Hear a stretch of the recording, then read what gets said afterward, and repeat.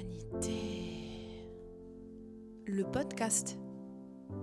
Nous avons tous tendance à juger, critiquer, stigmatiser l'autre, en oubliant souvent que cet autre, c'est nous. Derrière nos façades sociales, nos personnalités, des histoires et des scénarios de vie différents, et pourtant juste derrière notre humanité. Mais la souffrance, ça fait peur, alors on la cache. On fait comme ça va, toujours. Faut pas que ça dure trop longtemps, que ce soit trop fort. Je sais pas à quel moment ça a basculé, mais ce podcast, il est juste là pour réhabiliter la souffrance qui est inhérente à notre condition d'humain, parce qu'elle est aussi le socle de nos plus puissantes transformations. Et puisque c'est l'ignorance qui crée le jugement et la division, alors aujourd'hui, entendez ces histoires, ces tranches de vie, et passez de l'autre côté du miroir. Bienvenue, je suis Émilie Laurette, vous êtes dans Humanité, le podcast, et je vous souhaite une très bonne écoute. Pour ce 6e épisode, ce 6e mois, presque comme un passage dans une année entre l'avant et l'après, il m'a semblé important de parler d'un autre passage dans nos vies et de la notion de s'affranchir. Parce que c'est finalement un sujet central des consultations en cabinet, revenir aux origines pour mieux se déployer. Comme disait Christian Bobin, chacun a sa blessure et son trésor au même endroit. Et comme souvent, je vais commencer avec une définition, celle du mot « s'affranchir ». Selon le dictionnaire, il s'agit de se délivrer de ce qui contraint, rendre libre. Dans s'affranchir, il y a aussi le mot « franchir ». Et moi, j'entends franchir le pont entre son enfance et l'enfant que j'ai été et l'adulte que je suis. Desserrer la main aussi de ses parents pour passer sur l'autre rive. Alors, on ne se lève pas un matin en se disant « Allez, aujourd'hui je décide d'être libre et de m'affranchir de mon histoire familiale et personnelle ». En fait, c'est d'ailleurs tellement inconscient que c'est votre mal-être qui vous poussera en fait à consulter. Khalil Gibran a dit « Vos enfants ne sont pas vos enfants ». On peut tout aussi bien l'appliquer à ses parents. Ils sont nos parents, certes, mais ils ne sont pas que cela. Ils ont été eux-mêmes enfants et ont leur histoire personnelle différente de la nôtre, dont nous ne savons pas tout, avec leurs propres parents, et peut-être des manques à combler, des blessures à réparer. Être parent, c'est pas simple, je dis pas le contraire, on est peu ou pas préparé à le devenir, et quand on y a réfléchi, c'est souvent en fait en négatif. On sait ce qu'on veut pas reproduire de ce qu'on a soi-même vécu, et un parent fait en général ce qu'il peut, avec son histoire personnelle, son tempérament et les moyens dont il dispose. Tout ce qu'un parent sème pendant l'enfance, puis l'adolescence, restera présent et même souvent actif dans la relation avec son enfant, même devenu adulte. Car on reste toujours enfant de ses parents. On les appelle toute sa vie papa et maman, même quand ils deviennent dépendants de nous. Un père ou une mère qui n'est pas à la juste place peut donc produire des effets durables et aliénants tels que des sentiments de culpabilité, des conflits de loyauté, de la jalousie, des dépendances, de la haine, de l'infantilisation, de la répétition de scénarios de vie, de l'immaturité et de la difficulté à se prendre en charge. Alors, s'il n'y a pas d'intention malveillante au départ, il y a une violence certaine, une puissance qui peut se révéler destructrice et qui, au minimum, vient entraver l'autre dans sa liberté d'avancer selon son propre désir. Celui qui se retrouve prisonnier d'une telle emprise n'en a pas toujours conscience, en tout cas pas tout de suite. Il peut même tirer des bénéfices secondaires de ces situations, par exemple le sentiment d'être l'objet de toutes les attentions, l'élu, le protégé. Et en fait, ces bénéfices, ils sont liés à son histoire personnelle et familiale, mais le malaise, il va prendre un jour le dessus avec cette désagréable impression d'être contraint, d'être coincé comme dans une impasse. Et c'est souvent à l'occasion d'un événement de sa vie, une rencontre, un deuil, une séparation ou une maladie, qu'il va prendre conscience du problème et tenter de le faire évoluer pour s'en libérer. Alors, ça ne veut pas nécessairement dire de rompre, mais en tout cas de le réinterroger pour lui faire perdre sa toxicité. Il va falloir oser faire bouger les lignes, ne pas avoir peur d'être abandonné, comme lorsque nous étions enfants et que notre maman nous lâchait la main. L'enjeu, il est de taille, car il s'agit de gagner en liberté, de s'affranchir d'une tutelle infantilisante, de s'éloigner du petit enfant qui reste tapi en chacun de nous pour devenir en fait plus pleinement adulte, plus pleinement responsable et conscient. Alors avec l'histoire d'aujourd'hui, avec l'histoire de Marie, qui est fraîchement chef d'entreprise et maman, il a fallu sortir de l'inertie pour devenir libre, libre d'être la femme qu'elle est aujourd'hui. Mais comment on fait quand d'un côté, le poids social du père est si présent que je me sens toute petite à côté, et de l'autre, quand la mère ne cesse depuis que je suis enfant de me critiquer et me couper la parole comme si j'existais pas. Pas facile. Alors aujourd'hui, découvrez son histoire qui nous parlera certainement un petit peu à tous et je vous souhaite une excellente écoute. À bientôt. Bonjour Marie. Bonjour Émilie. Bienvenue du coup dans cet épisode. Merci d'avoir accepté l'invitation. Avec plaisir. Du coup, on va commencer simplement. Je vais te demander de te présenter, quel âge tu as, qu'est-ce que tu fais dans la vie. Et vu qu'on va parler essentiellement de ton parcours pro qui sera lié au perso du coup, mais ça a été quoi ton parcours de vie jusqu'au moment du coup de la création de ton entreprise?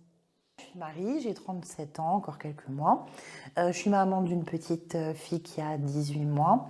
J'habite à Thionville, voilà, en Moselle. Donc voilà, ça c'est pour ce qui est du cadre un peu plus privé. Professionnellement, au jour d'aujourd'hui, donc je viens de monter une entreprise dans le domaine de la formation professionnelle pour adultes et l'accompagnement aux entreprises et aux personnes. Voilà contextuellement où est-ce que je suis aujourd'hui. Mon parcours professionnel, ça a été un peu le bordel parce que je suis partie de l'école super tôt. En fait, en première, je me suis arrêtée parce que le système scolaire, ça me convenait plus. Je me sentais pas à ma place. Voilà, j'étais pas. Il y a un truc qui collait pas. Et à l'époque, il n'y avait pas tous les accompagnements comme aujourd'hui. Donc voilà, on a un peu laissé tomber. J'étais un peu un élément perturbateur. Voilà. Mais j'ai jamais eu dans l'idée de rien faire. Donc dès que j'ai pu, je suis allée travailler. J'ai commencé à travailler avec des enfants en périscolaire. Et du coup, j'ai vite trouvé un contrat où je suis restée 4 ou 5 ans dans l'entreprise où je faisais le périscolaire, la cantine, les centres aérés, les vacances, tout ça. Puis j'aimais bien. Et après, là, dans ce contexte-là, j'ai développé un peu, je sais pas, un peu on va dire un intérêt pour le champ du handicap. Parce qu'il y avait des petits-enfants en situation de handicap. Et du coup, je sais pas, c'est venu tout naturellement. Et du coup, je me suis dit, tiens, si j'allais creuser un peu par là, parce que je me voyais pas non plus faire toute ma carrière dans le périscolaire. Du coup, j'ai repris mes études. Diplôme d'aide médico-psychologique à l'époque, ça s'appelait comme ça. Et du coup, je suis partie travailler dans le domaine du handicap mental. Et du coup, voilà, j'ai travaillé dans des foyers pour personnes handicapées pendant 5 ans. Et puis après, encore une fois, je me suis dit, je ne me voyais pas crapahuter toute ma vie dans les foyers parce que c'était déjà super physique. Puis bon, j'ai vite eu des problèmes de santé qui m'ont assez bloquée aussi sur ça, les problèmes de dos, tout ça. Donc voilà, c'était assez compliqué. Et puis voilà, j'avais envie d'évoluer. Donc à un moment donné, je me suis posé la question, qu'est-ce que je peux faire d'autre, quoi. Et du coup, à l'endroit où je me trouvais, je ne me voyais pas évoluer dans ce domaine-là. En fait, je ne me voyais pas faire ça. Et c'est là qu'est intervenu déjà mon père à l'époque, qui lui travaillait dans le domaine de la formation professionnelle pour adultes. Donc c'est lui qui m'a un peu dit, tu devrais aller voir là-bas pour faire une licence. Donc c'est comme ça que je suis partie À l'université, du coup, c'était nouveau pour faire une licence, comment ça s'appelait, métier de la formation, de l'insertion et de l'accompagnement, où du coup j'ai fait ma licence en contrat pro, voilà, dans l'entreprise de mon père à l'époque, où j'ai fait du consulting pour personnes et puis de l'accompagnement aux entreprises. Et là, quel âge t'avais? C'était en 2012. Ouais, 25 ans, ouais, 25-26 quand j'ai fait ma licence.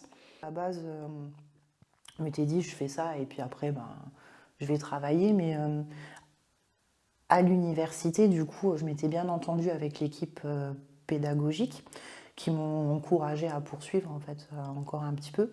Donc j'ai enchaîné sur un master 1 en sciences d'éducation que là j'ai fait en alternance pour une entreprise de maintenance industrielle au RH et puis ensuite j'ai enchaîné sur un master 2 où là je me suis plutôt dirigée dans le domaine de la formation, de l'enseignement dans des écoles parce que du coup j'avais envie de voir un peu tout ça, parce que ça me menait quoi. Donc voilà mon parcours scolaire en tant que tel. Voilà. Oui, après j'ai fait mon master 2, voilà. Et donc suite à mon master 2, je suis partie. Qu'est-ce que j'ai fait? J'ai continué à donner des cours, à faire des interventions dans le domaine du social parce que ça me plaisait bien. Donc à des EduxP, moniteur éducateur, assistante sociale, voilà. Puis j'aimais bien, mais par contre, il n'y avait pas de poste pérenne. En fait, c'était que des vacations. Et moi à l'époque là, du coup, j'avais besoin à un moment donné d'avoir un peu de stabilité. Donc j'ai pas pu rester là-bas à cause de ça malheureusement, mais il n'y avait pas de poste. Donc du coup j'ai eu un poste de coordinatrice de formation dans un organisme de formation où je suis restée pendant 1 an et demi et où après je suis partie parce que clairement je me faisais exploiter. T'as quoi je fais une petite pause parce que j'étais fatiguée, j'ai des problèmes perso. Ensuite je suis partie travailler au Luxembourg comme ingénieure des formations dans une société. Dans une société où je travaillais sur des projets internationaux. Et ensuite, j'ai eu un gros problème de santé, un gros problème, ouais, ou un problème d'oreille interne qui m'a coupé un peu tout. Et du coup, j'étais en arrêt maladie pendant un petit moment. Et ensuite, le Covid est passé par là. Et puis ensuite, ma grossesse est passée par là. Et jusqu'au moment où je me suis dit, qu'est-ce que je vais faire qu'est-ce que je vais faire quoi, parce que je ne me vois pas être mère au foyer. Voilà. Donc, je ne me voyais pas retourner dans un emploi. En fait, voilà, pour une société, pour une entreprise, avec des horaires. Donc t'es pas retournée dans la société? Parce que là, pour le coup, Non, ça c'est. Non. le Covid est passé par là, Ouais, la grossesse est passée par là, voilà. mais entre-temps, ton job, il est... Je me suis fait virer. Ok. Parce que j'étais au Luxembourg. Ok. Alors moi, je le sais. Mais oui, c'est vrai. Non, on va revenir sur ce petit moment-là. On pourra laisser ça dans le podcast parce que c'est marrant quand même. Ouais, donc petit flashback en 2019-2020. Donc j'ai attrapé un gros problème à l'oreille interne où je tenais plus debout. Mais c'était très bizarre parce que du coup, je commençais vraiment à me poser des questions sur ma place dans cette entreprise qui ne me plaisait pas en fait. Parce que mon travail, je ne me sentais pas en accord avec mes valeurs et mes principes. Si j'avais déjà commencé à travailler avec toi à l'époque, j'aurais compris pourquoi. Oui, mais c'était que c'était pas le moment encore. Mais voilà, je me posais beaucoup de questions parce que j'étais pas proche des gens, j'étais toujours sur un niveau macro, j'étais que dans du concept et il me manquait vraiment quelque chose, quoi. Et je me disais, comment je vais faire pour me barrer de là? Parce que je gagnais des sous quand même au Luxembourg, voilà. Je venais d'acheter ma maison. J'osais pas dire ni à mon conjoint ni à mon père que du coup Je voulais pas rester, que je voulais partir. Et puis que je voulais partir, ouais, mais ok, mais pourquoi faire? Pour un autre boulot où j'allais gagner moins. Voilà, donc c'était un peu le bordel et je m'étais dit, bon, de toute façon, je m'étais dit ça déjà à l'époque, que de toute façon, à chaque fois, le destin m'avait toujours envoyé des trucs et qu'il s'était toujours passé quelque chose euh, sans que, euh, sans que j'ai quelque chose à faire en fait. Mais au final, tu te rends compte que c'est pas vraiment comme ça, que c'est quand même toi qui fais les choses, même si tu t'en rends pas compte. Voilà. Et du coup, au bout de 6 mois d'arrêt maladie au Luxembourg, je me suis fait virer, parce que moi, c'est comme ça. Et, euh, et puis voilà, il y a eu le Covid, donc j'ai pas cherché autre chose. Et ensuite, je suis tombée enceinte, donc j'ai pas, voilà. Et donc après, une fois que j'ai eu ma fille, je me suis dit, qu'est-ce que je vais faire?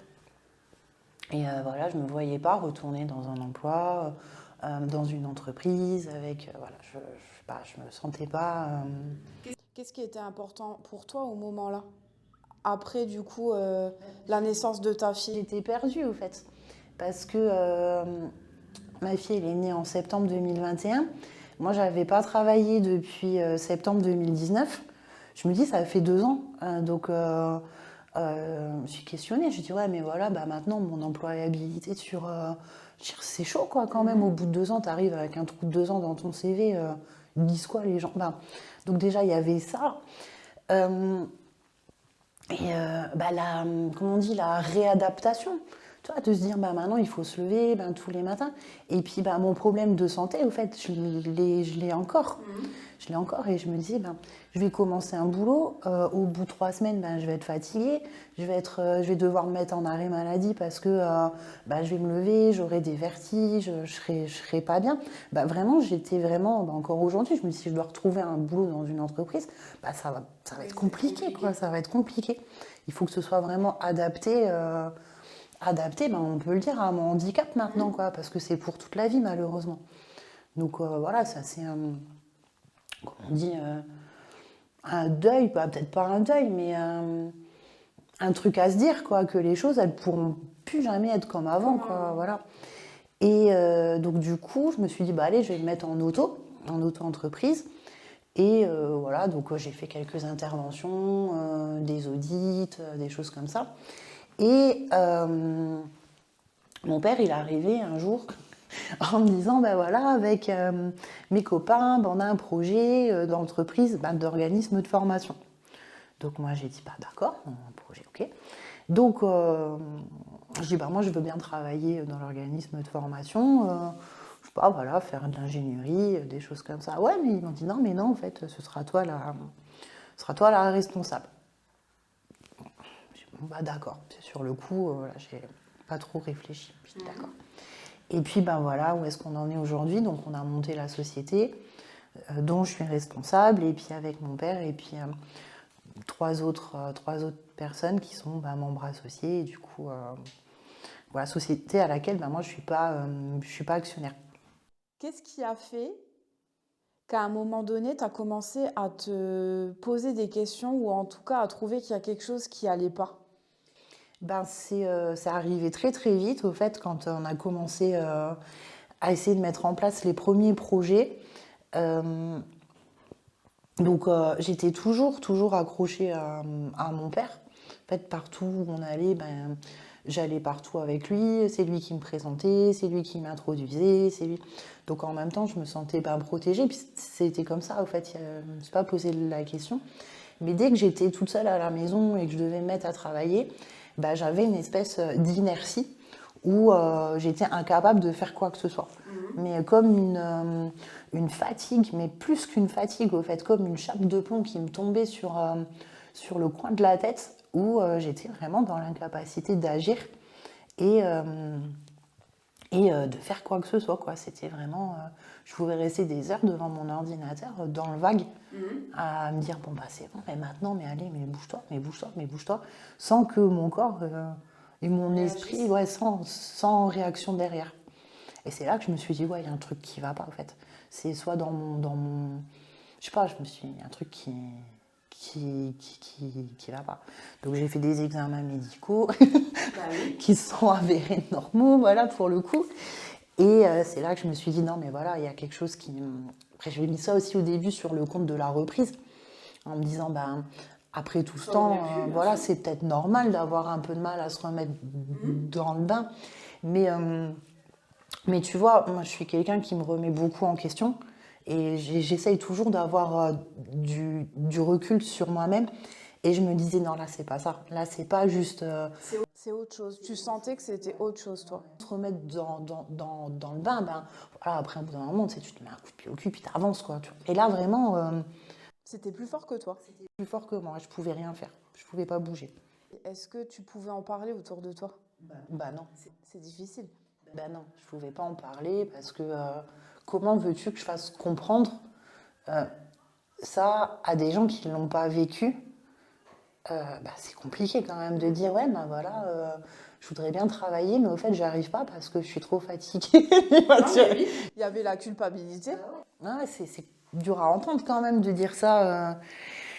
Donc bah, je mettais ça un peu bah, sur le compte de ma maladie au fait, ce qui était bah, pas tout à fait faux tout le temps parce que bon j'ai quand même des épisodes encore de vertige et de la culpabilité, de dire bah comment veux-tu expliquer ça aux gens qui te remettent en gros leur argent quoi. Parce qu'ils m'ont tous donné de l'argent et puis ils m'ont dit bah voilà maintenant tu ferais fructifier.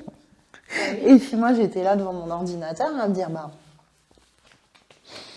ta ta ta ta ta. Voilà, donc c'était vraiment.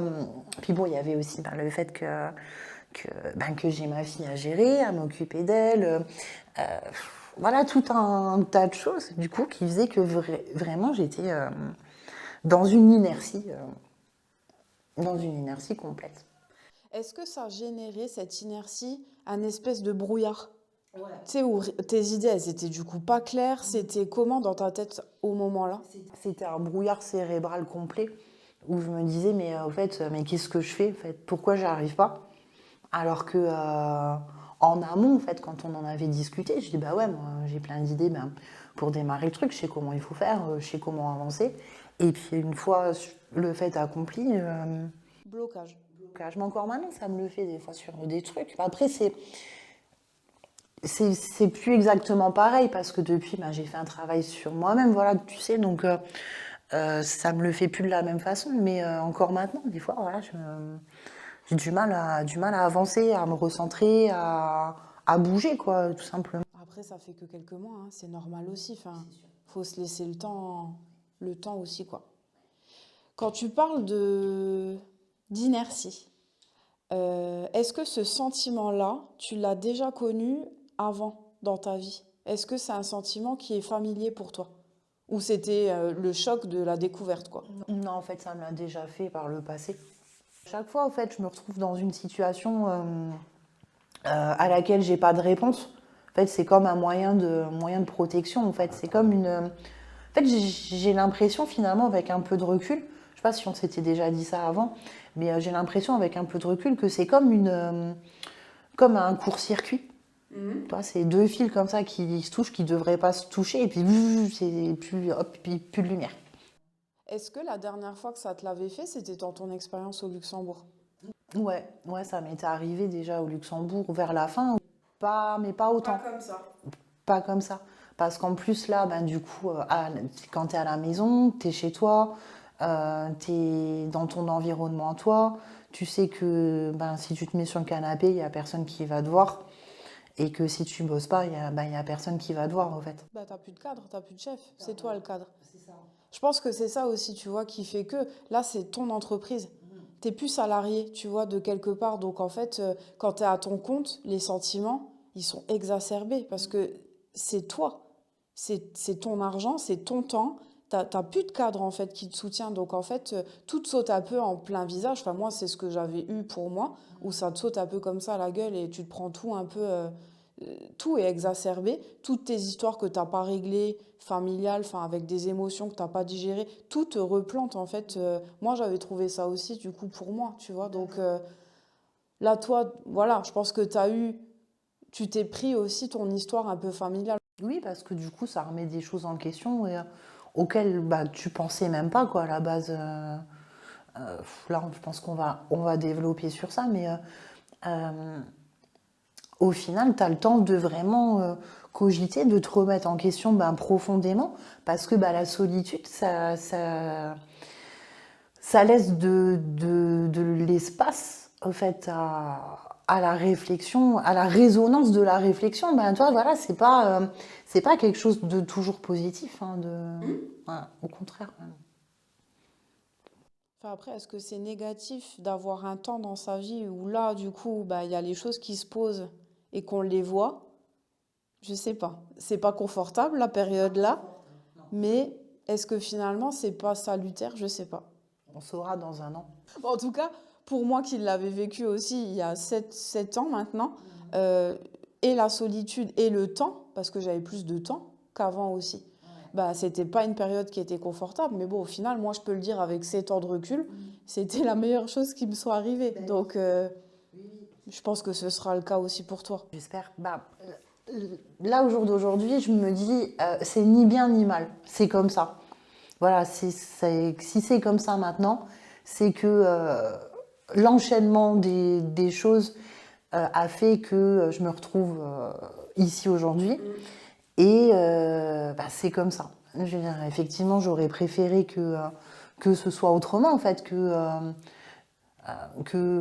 j'ai pas de soucis, en gros, que voilà, que ça soit, Que tout roule. voilà, que ce soit pas The Storm dans ma tête. Mais, euh, mais finalement, peut-être qu'effectivement, c'est un passage obligatoire pour acquérir. C'est un rite de passage, en fait, pour acquérir la maturité et l'émancipation. Bah, là, tu parles de maturité. Tout à l'heure, dans les mots que tu as utilisé le mot place, trouver ma place.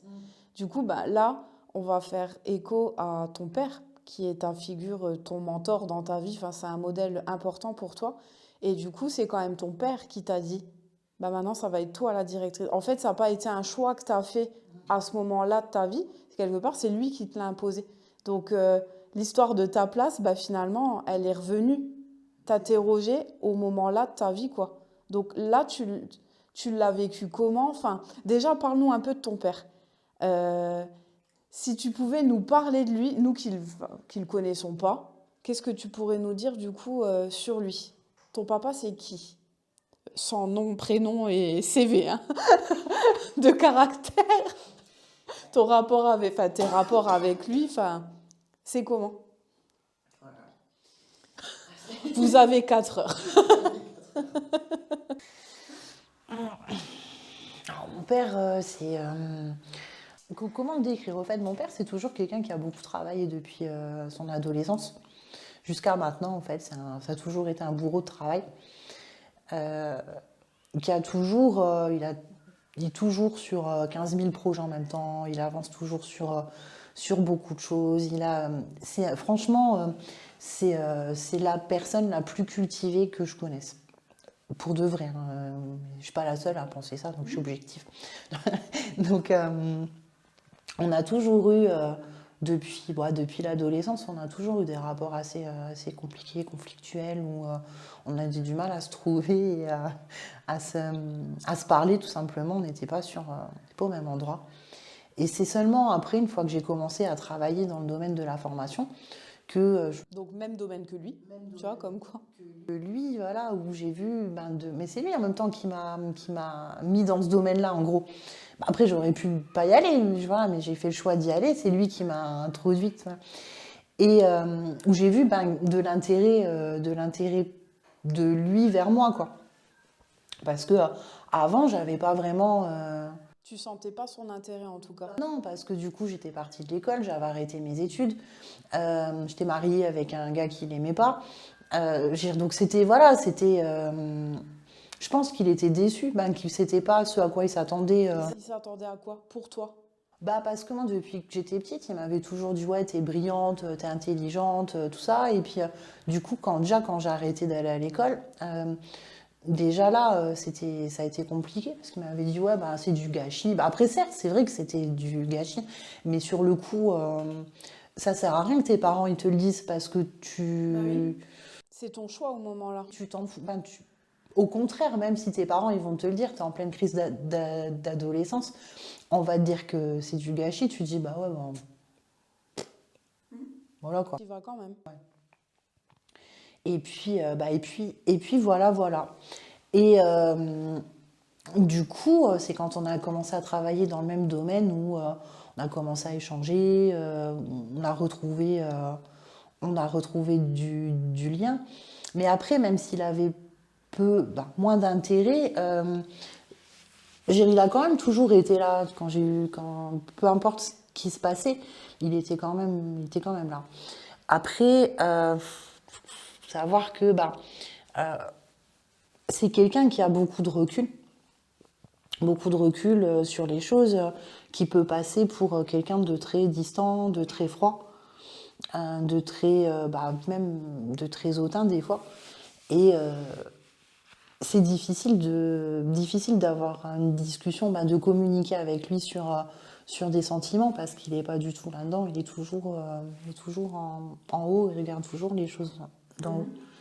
Donc effectivement, c'est quelque chose que moi que j'ai pris de lui en partie, ce recul.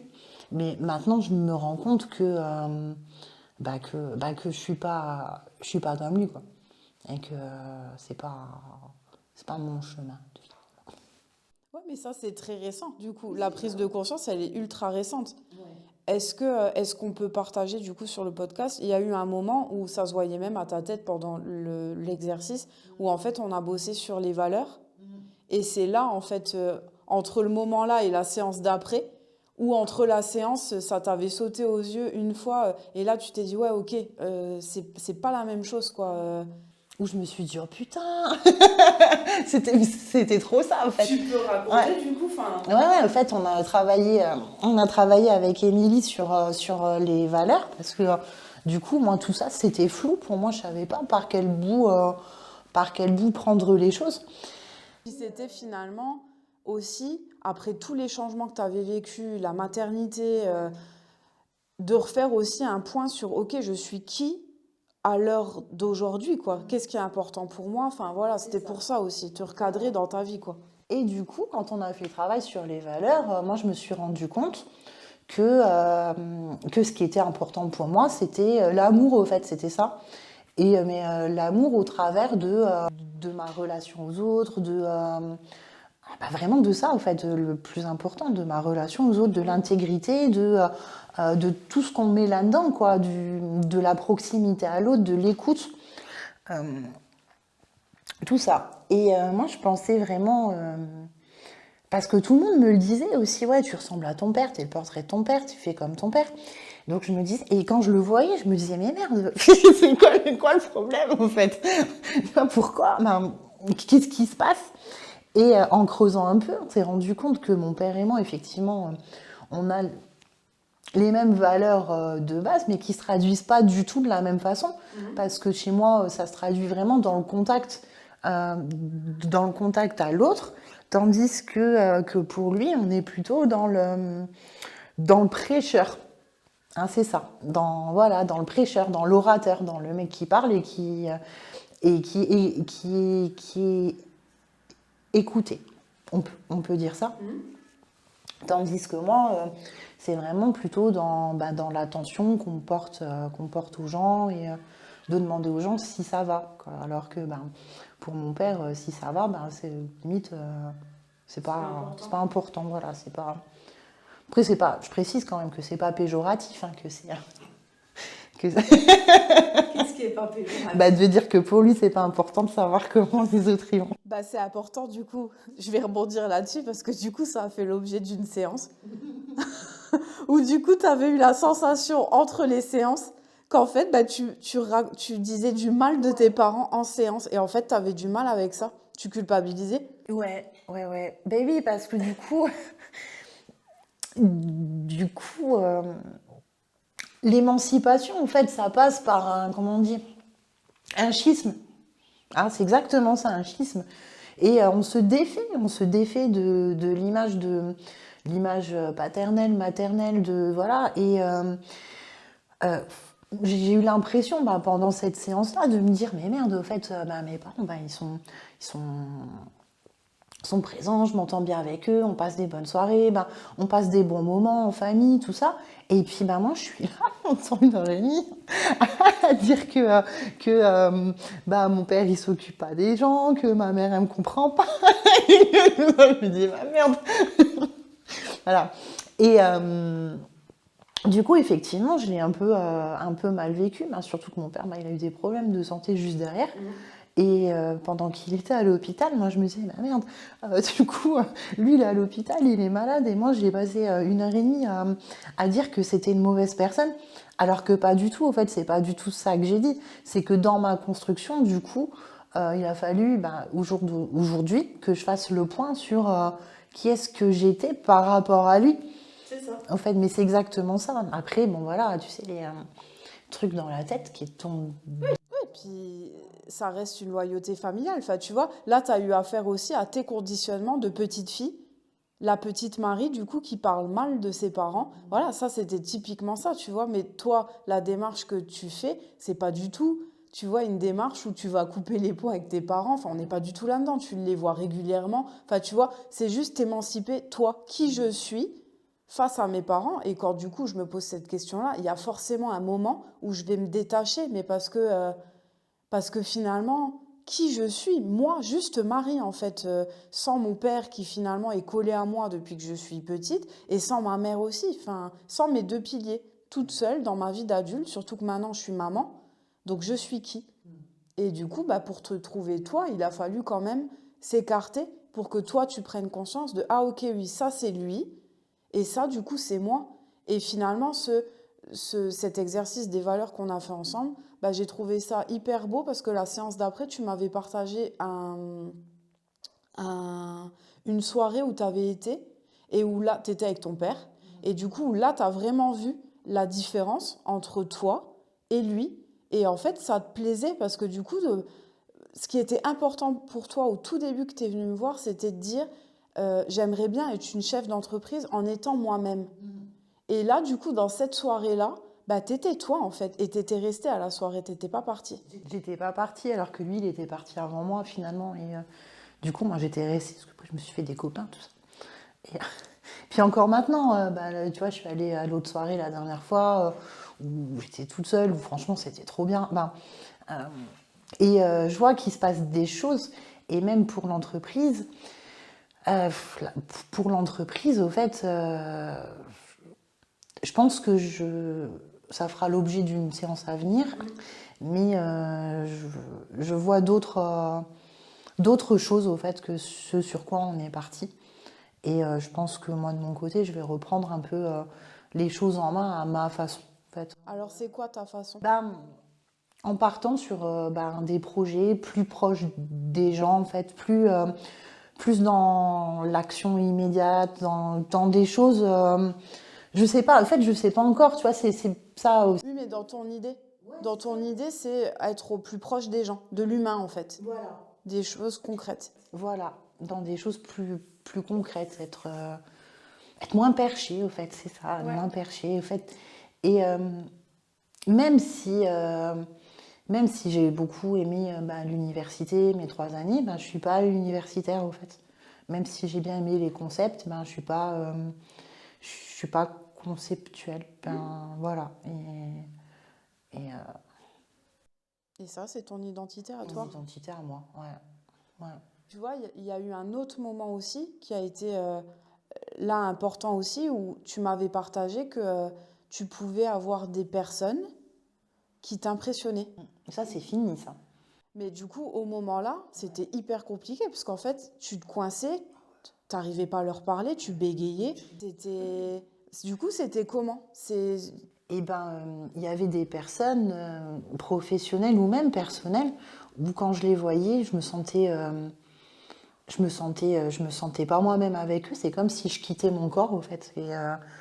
Et je savais pas leur parler, et sans savoir identifier pourquoi. Et j'étais mal à l'aise. C'est comme si, en fait, c'était plus moi. Du coup, je sais pas, je me mettais à raconter un peu n'importe, à rigoler bête, à partir dans tous les sens. Et du coup, ça, effectivement, professionnellement, ça fait pas professionnel. Et puis, personnellement, ça fait un peu bizarre, quoi. Tu vois, quand tu rencontres quelqu'un. Ben. Et grâce au travail qu'on a fait ici, on s'est rendu compte, ben, moi, je me suis rendu compte que c'était en lien avec la représentation de l'image de mon père, encore une fois, et le statut de petite fille dans lequel j'étais restée, et duquel il fallait absolument que je sorte de ça pour mon bien-être personnel, pour le sauvetage de mon âme, que, que je sorte de ça le plus rapidement possible, quoi. Et du coup, je dis pas que ça me le refait pas des fois, mais maintenant j'en ai conscience. Et Est-ce que le fait d'en avoir eu conscience, en fait, ça t'a libéré ou ça a été quoi, toi, ton cheminement? ça m'a libérée, mais direct. Euh, J'en ai pris conscience ici, on en a parlé. J'en ai pris conscience ici. Les rendez-vous d'après, c'était fini, quoi. Mais, et même si des fois je sens que je me remets, ben, quand je suis un peu impressionnée par des gens, mais c'est normal, il y a toujours des gens qui vont nous impressionner parce que bah, voilà, on est humain après tout, pas des robots. Et, la différence entre avant et maintenant, c'est que avant, je faisais n'importe quoi. En fait, je savais pas comment me positionner. Alors que maintenant, bah, je garde mon calme et je me dis attends, bah, je suis pas une petite fille en fait. J'ai des choses à lui dire à cette personne et si il a envie de m'écouter, il m'écoute. S'il a pas envie de m'écouter, bah tant pis, c'est pas grave. Et puis voilà, on passe à autre chose et puis on avance autrement. Mais là, cette partie-là du travail, ça a été vraiment dans l'immédiateté, quoi. En sortant d'ici, je me suis dit, waouh, putain, mais c'est trop ça. Mais c'était vraiment. Est-ce qu'on peut parler du côté maintenant maternel et de ce que ça a eu comme conséquence du coup sur toi, celle que t'étais, comment était ta maman, enfin comment est ta maman d'ailleurs? Moi, est-ce qu'elle est toujours comme ça? Bah, ma maman, c'est une maman italienne avec tout ce que ça implique. C'est-à-dire? Alors, comment on dit ça? Une mère très protectrice, très protectrice, on peut même dire un peu envahissante. Voilà. Euh, qui est beaucoup dans le contrôle au fait de ce que je fais, même si elle dit mais non, moi je te laisse faire, voilà, je fais tout pour toi, mais avec qui j'ai quand même, voilà, je précise quand même que on a quand même des bonnes relations, on s'appelle tous les jours, ben, je veux dire, on a toujours des choses à se dire, on se raconte des trucs, voilà, je me sens vraiment obligée de le préparer. C'est incroyable. Mais en fait, ce que tu dis là, ça fait écho, et je pense que ça fait écho à toutes les personnes qui nous écoutent, parce que souvent, en fait, rares sont les personnes qui coupent complètement les ponts avec leurs parents. Ça reste quand même pas la majorité des gens. La majorité des gens fréquentent leurs parents, mais chez la majorité des gens aussi, mais il y a tellement de choses qui se jouent dans la famille. Il y a tellement de relations finalement qui sont dysfonctionnelles. Combien de parents, nos parents de l'époque, parce qu'on a le même âge, l'époque de nos parents, donc qui ont entre 60, 65, 70 ans, à l'époque, il n'y avait pas tous les psys, le travail sur soi, tout ça n'existait pas. Donc en fait, ils ont fait des enfants, souvent parce qu'il fallait faire des enfants, ils ne se posaient même pas de questions. Et souvent, eh ben, on s'est un peu trimballé leurs besoins auxquels ils n'ont pas répondu. Et donc en fait, on est dans des relations familiales qui sont dysfonctionnelles. Et chez moi aussi, enfin, il a fallu que je regarde ça en face, mais je pense qu'en fait, c'est la majorité des gens. Et nos parents ont aussi vécu avec des parents qui étaient dysfonctionnels. Enfin, tu vois, il n'y a rien de grave. Et c'est OK de le dire, en fait, aujourd'hui. Et c'est justement parce qu'on en parle qu'on peut se libérer aussi de ça et se dire, OK, ben, peut-être que nos enfants à nous, ils auront moins de poids à porter que ce que nous, on a porté, quoi. C'est OK, c'est pas grave. On les critique pas, c'est juste qu'il y a des trucs, bon, voilà. En fait, ma mère, elle a toujours été dans l'injonction paradoxale en me disant, ça y est, j'ai pas d'exemple qui me viennent, qui me viennent, mais En fait, j'ai toujours eu l'impression que quoi que je fasse, ben, c'était faux, en fait. Que c'était jamais, que j'étais jamais dans le juste, dans le bien, que peu importe comment j'agis, ben encore maintenant, hein, finalement, on est toujours dans cette relation-là, qu'elle aura toujours quelque chose à redire sur ce que je fais, que c'est trop chaud, trop froid, trop tiède. Il y a toujours un truc toujours quelque chose qui va pas. Moi, j'ai toujours eu l'impression que dès qu'il y a d'autres personnes, moi, elle me relègue au second plan, quoi. Ouais, c'est que oui, bah, c'est bon, bah Marie, oui, c'est bon. Enfin, bah, Marie, c'est bon, Marie, elle est forte, Marie, elle est ci, Marie, elle est ça. Euh, et que toujours les autres, c'est toujours mieux que moi. Oui, ben pourquoi tu ferais pas comme celui-là? Pourquoi tu ferais pas comme ça? Pourquoi tu fais pas ça? Et, euh, et toujours, à chaque fois que à chaque fois que j'ai fait un régime, par exemple, elle arrive et puis à chaque fois elle me dit exactement comment faire, alors que je veux dire, elle a jamais fait de régime. et elle, a- et elle me dit toujours comment il faut faire, comment il faut pas faire. Oui, mais c'est ça qu'il faut faire. Et puis dès que je commence à maigrir, elle me dit ah, mais attention, là tu maigris trop vite. Voilà, c'est toujours. Voilà, il y a toujours quelque chose, quoi, toujours quelque chose. Et comme je te le disais la dernière fois, je peux raconter cette anecdote-là que je t'avais dit quand ma grand-mère elle est décédée.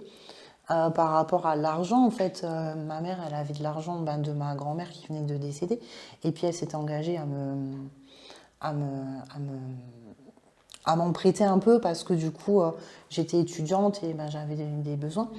Et un jour, je vais chez elle et puis elle devait me donner de l'argent. Puis au moment de partir, elle ne m'avait pas donné. Donc, je me suis permise ben, de lui demander, au fait. Voilà, ben. Puis elle m'a dit, oui, ben, vas-y, je te donne, c'est les derniers billets de ta grand-mère, de toute façon. Ben. Et c'est toujours ça, me donner en culpabilisant, en me disant, bah, je fais, mais pff, voilà, quoi.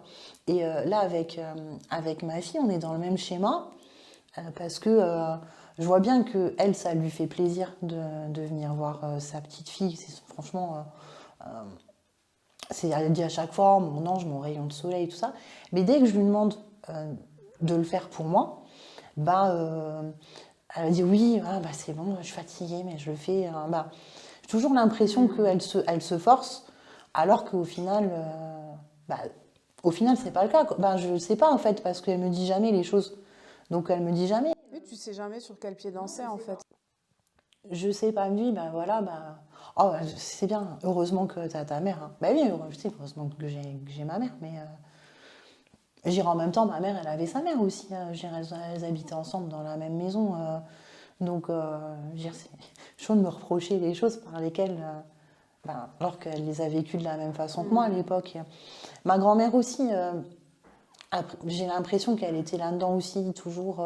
Après, plus dans le genre grand-mère italienne. C'est peut-être pas vraiment le même type de relation, mais j'ai l'impression qu'elle était aussi là-dedans. Moi, elle était toujours en train de me critiquer, ma grand-mère aussi, en me disant rentre ton ventre, faire du sport, monte les escaliers, cours, travaille plus à l'école.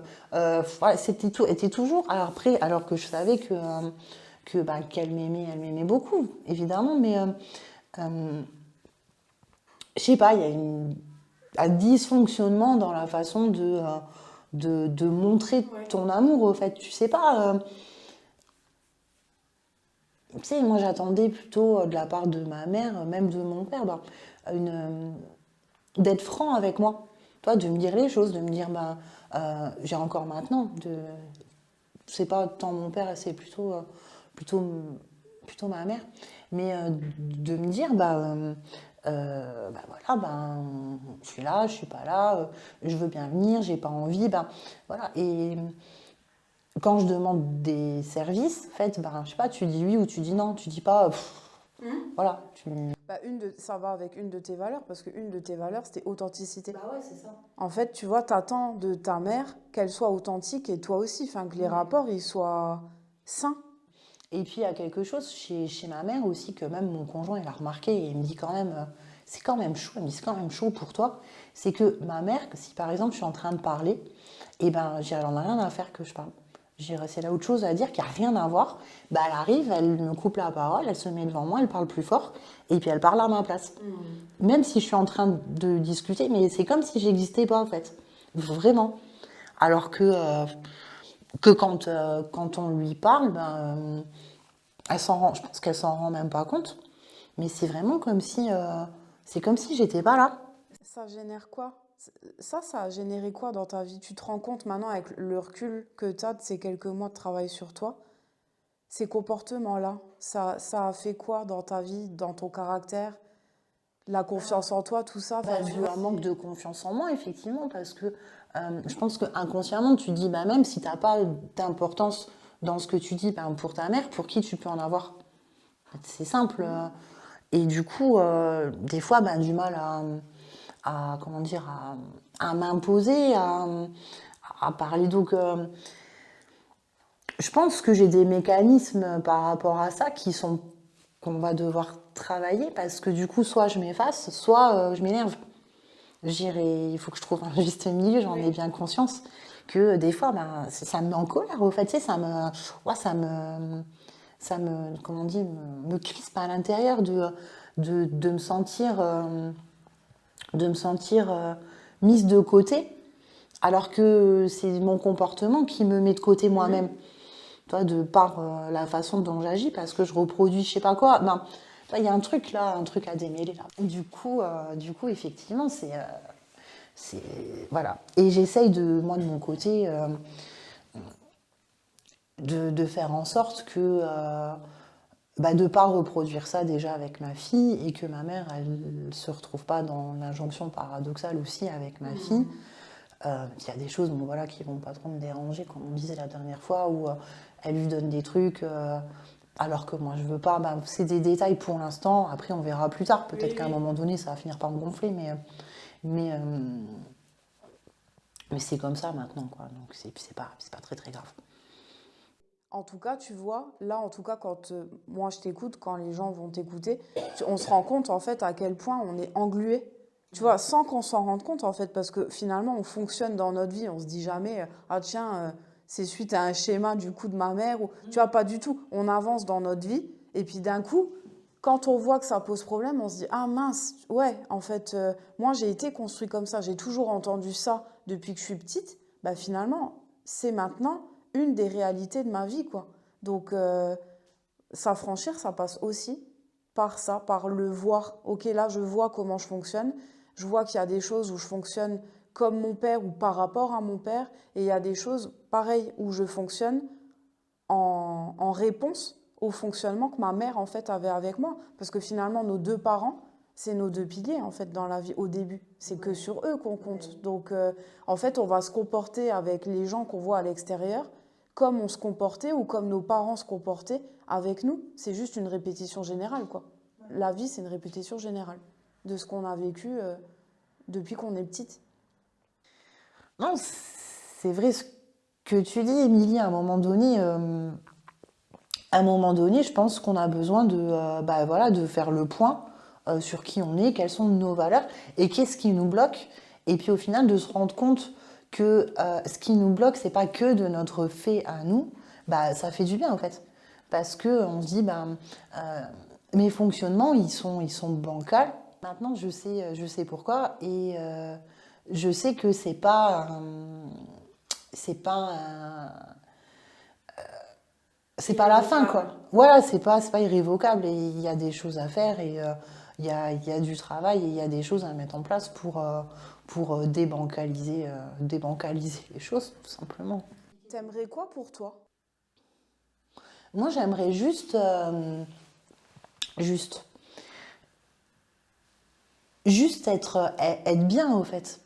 Être dans des fonctions, dans des missions en accord avec mes valeurs et être intègre. Enfin, retrouver toujours cette intégrité et pouvoir être même encore plus intègre que je le suis maintenant. Tu vois, vraiment, ce qui manque, je pense que c'est ça qui manque aussi, c'est de trouver les mots, en fait, comme dans This Is Us, pour pouvoir dire, ah, comment veux-tu dire ça? Tu vois, je me faisais la réflexion hier. Je digresse un peu, tu vois, quand je regardais This Is Us. Je me disais, les mecs là-dedans, bon après c'est une série, on est d'accord. Mais quand ils ont des choses à se dire, ben, dans leur famille, qui est aussi dysfonctionnelle, je sais pas si tu l'as vu la Pas du série, tout. pas du tout. Non. Mais dans leur série, qui est dans leur famille, qui est aussi dysfonctionnelle, ils trouvent toujours, faudrait que tu regardes, ils trouvent toujours des façons d'aborder les choses, de discuter, de voilà, même si ça part dans tous les sens. Tu vois.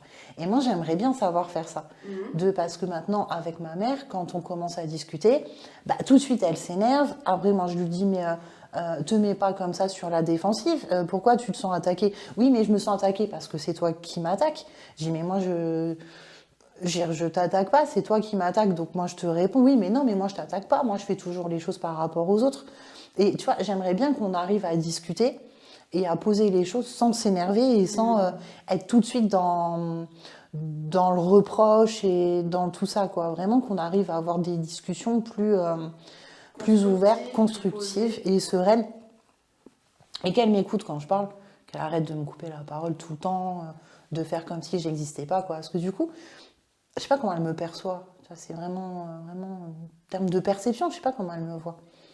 Mais est-ce que ça, c'est important pour toi? Ben oui, De savoir comment elle te perçoit? oui, c'est important. C'est important parce que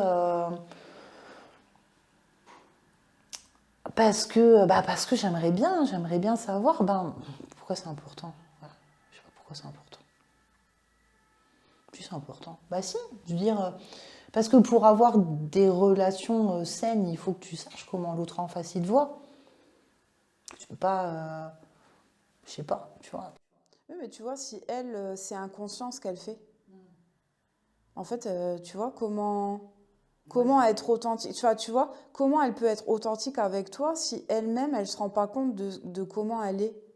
Elle fait pas de travail sur elle, ça l'intéresse pas. Donc, tu vois, c'est compliqué. Comment t'es pas sur le même niveau, tu vois? Toi, tu es dans une quête de vérité pour toi. C'est le chemin que tu as décidé de prendre, tu vois, il y a quelques mois, en disant maintenant, stop, là, je veux que ça aille mieux. Et du coup, ben, tu t'es posé des questions sur toi. Elle, c'est pas sa façon de faire. Elle, c'est pas elle le problème. C'est toi ou c'est les autres. Donc, comment tu vois? Bah, c'est vrai.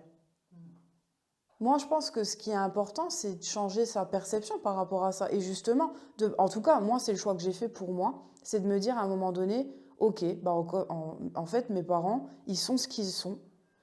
J'aurai jamais les parents que j'aurais eu besoin d'avoir. Ils me diront jamais ce que j'ai besoin d'entendre ou ce que j'aurais eu besoin d'entendre quand j'étais jeune. Ils le diront jamais. Eux, le travail sur soi, ça ne les intéresse pas. Ils sont pas du tout là-dedans. Et du coup, je me suis dit, bah ok, au final, je pense que la personne qui est la plus malheureuse là-dedans, bah c'est moi. Donc en fait, il faut arrêter. Ils sont comme ils sont. Moi, je suis comme je suis et je peux être différente sur pas mal de points aussi.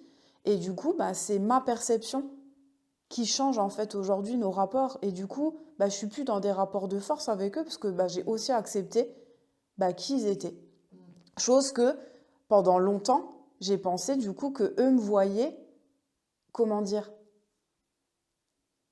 autant mon père que ma mère, et surtout ma mère, ne me voyaient pas d'un amour inconditionnel. Tu vois, ça a toujours été dans des injonctions aussi. Fais ci, fais ça. Et en fait, bah non, moi, j'ai pas envie de ça. C'est pas ma conception de la vie. Mon conjoint, mes enfants, mes amis, je les aime de façon inconditionnelle. Enfin, peu importe qui ils sont, j'ai pas à les juger. Et du coup, bah, je suis partie de ce postulat sur moi et de me dire, bah ok, bah du coup, mes parents, ils sont aussi comme ils sont. Et puis, bah, je fais avec, en fait. Et en fait, elle change pas ce qu'elle est, mon père change pas ce qu'il est, mais moi, du coup, à l'intérieur, bah, ça s'est calmé en fait. Je suis plus en colère ou quand elle va réagir dans ces trucs-là où bah, elle y va toute seule. En fait, ça me... Je dis, bah ok, aujourd'hui, t'es comme ça, bon ben, On verra demain. on verra demain. Et puis si, voilà, aujourd'hui, dans le rapport avec ma mère, où moi, du coup, c'était le plus compliqué, bah, en fait, j'en suis arrivée à un moment de ma vie où je me suis dit, et sans culpabilité, ce qui a été un chemin aussi, de me dire, j'ai pas besoin de voir ma mère tous les jours, j'ai pas besoin de prendre de ses nouvelles tous les jours. Si je la vois une fois tous les 3 semaines, et si j'ai des nouvelles une fois tous les 3 semaines, bah c'est ok pour moi. Je J'ai pas envie qu'elle s'introduise dans mon quotidien de vie parce que c'est toxique pour moi et que c'est pas sain. Bah du coup, je décide pour moi et ma santé mental, mon bien-être, etc., que bah, c'est OK. C'est pas parce que c'est ma mère ou mon père d'ailleurs qu'ils ont le droit de tout faire en fait dans ma vie. Maintenant, c'est moi l'adulte, je gère ma vie comme j'ai envie de la vivre et voilà. Et c'est pas pour ça que je m'entends plus avec eux. Quand on se voit avec ma mère, du coup, c'est plus une injonction. Si je la vois, c'est que j'ai envie de la voir. Bah ouais, bien sûr. Et ça change beaucoup parce qu'avant, c'était pas le cas. On pouvait se voir régulièrement, toutes les semaines et tout, mais c'était pas agréable. Oui, c'était une obligation. C'était une obligation. Donc, il faut sortir, en tout cas pour moi, il faut sortir de ça. C'est pas. Oui, il faut sortir de ça, effectivement. Moi, je me rends compte de ça, que pourtant, tous les jours, quand j'allais travailler au Luxembourg, tous les jours, elle me dit, tu m'appelles quand tu arrives à Thionville, quand tu sors du train. Et tous les jours, j'étais obligée de l'appeler. Et je me sentais obligée, parce que des fois, si j'étais au téléphone avec quelqu'un d'autre, ou si j'avais juste pas envie de parler, ou d'écouter de la musique ou quoi, c'est elle qui m'appelait, ou qui m'envoyait des messages en disant, bah, Outé, ben, qu'est-ce que tu fais? Pourquoi tu m'appelles pas? Et quand je la rappelais après, elle disait, ben, t'étais où? J'ai dit, ben, je faisais, ah bon, bah, t'aurais pu me dire. Ben, ok. Et encore maintenant, je sais plus quoi. Non, la dernière fois, je l'appelle pour prendre des nouvelles, voilà, de mon père qui était à l'hôpital. Et elle me dit, bah, t'es où? Mais le premier truc qu'elle fait quand elle décroche au téléphone, c'est elle me dit, t'es où? Je dis, bah, Et ça te fait quoi? ça me fait chier.